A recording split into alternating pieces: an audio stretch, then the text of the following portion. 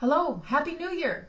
It's Friday, January 1st, 2021. I am Pastor Ann Fenlason from Trinity Lutheran Church in Long Lake, Minnesota. I normally just do these video devotions on Mondays and Wednesdays, but I woke up this morning and I did my own devotion this morning. I'm like, I want to share that with you. I want to share some of the thoughts that I had this morning in my own devotion with you, just to start the year off right. So this morning I was using one of my favorite online apps, I guess, devotion called Pray As You Go. I'm trying to cue it up here on my iPad. It looks a little like this. This is kind of what the app looks like. I recommend it. I think it's a wonderful way of doing a devotion. Just usually lasts 8 to 10, 14 minutes. Good way to start the day as a spiritual exercise. And Pastor John here coming up in the next few months is going to be offering a short course on spiritual exercises. These are ways for us to grow closer in our relationship with God and to deepen our faith. And one of those exercises is to do daily devotions. And there are others that we can do as well, but I look forward to exploring those with Pastor John and with you.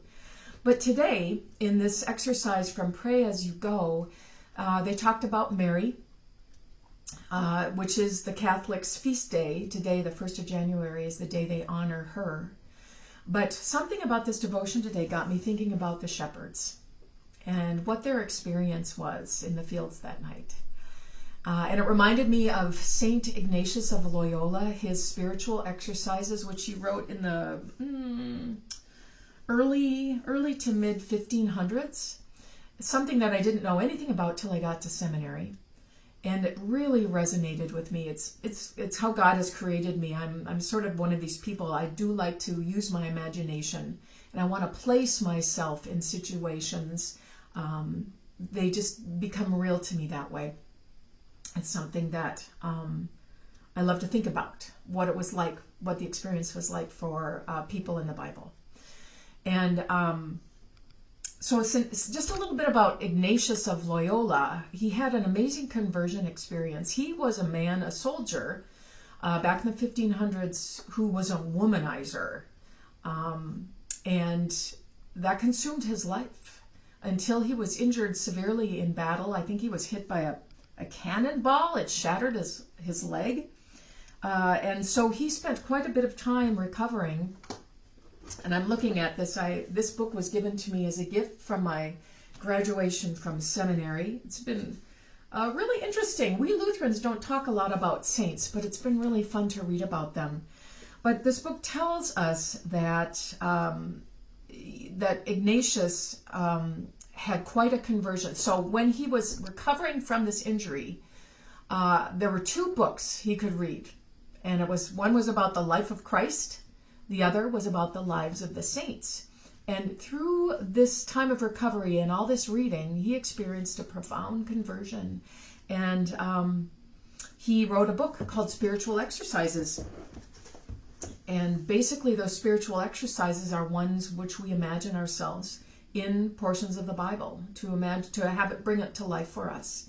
And so I would like to read this section from Luke about the shepherds. Remember, they had gotten the announcement from the heavenly host telling them what was going on, that God had come to them in human flesh, and so they went to seek him.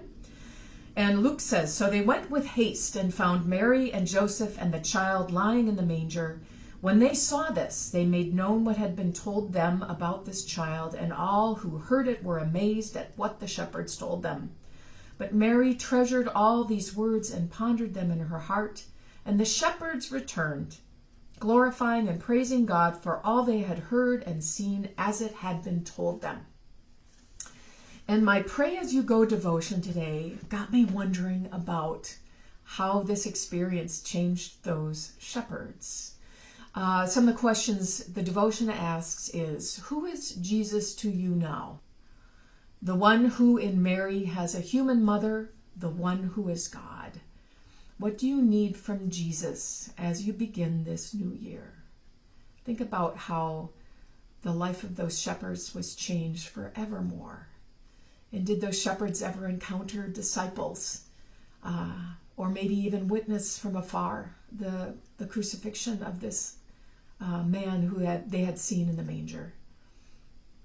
I don't know, some things to think about here as we go forward into this new year. God bless you today. Happy New Year. And I will see you on Monday. Take care. Bye-bye.